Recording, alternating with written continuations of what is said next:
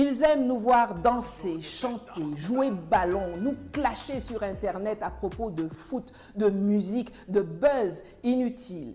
Mais quand quelqu'un comme moi s'assoit et étudie scientifiquement l'histoire, décrypte méthodiquement l'actualité, vulgarise massivement la géopolitique et propose pertinemment des politiques pour émanciper et protéger l'Afrique et les Africains, là, on ne rit plus à Paris, Bruxelles, Berlin ou Washington.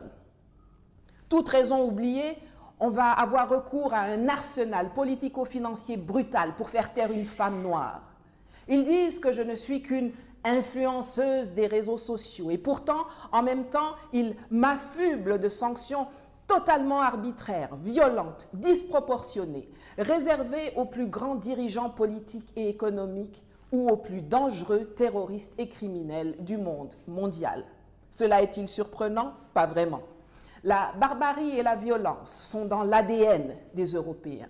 Je le dis souvent, mais je ne le dis pas juste comme ça, pour me faire plaisir. Je le dis parce que l'histoire le prouve. Avant de venir se défouler sur nous avec l'esclavage et la colonisation, ces gens passaient leur temps à se trucider, à se taper dessus, à faire couler le sang, jusqu'à ce qu'en 1648, les traités de Westphalie mettent fin à la guerre de 30 ans et à celle de 80 ans qui ont déchiré l'Europe et consacrent la souveraineté des États européens. Mais même après, leur naturel violent a repris le dessus, même entre eux. Notre pote, qui disait tantôt qu'on n'était pas encore assez entré dans l'histoire, le reconnaît en audition officielle au Parlement français. Nicolas? Je vais vous dire une chose. L'Europe, de tous les continents du monde, est le continent le plus brutal où il y a eu les guerres les plus sauvages. C'est pas l'Afrique, c'est pas l'Asie, c'est l'Europe.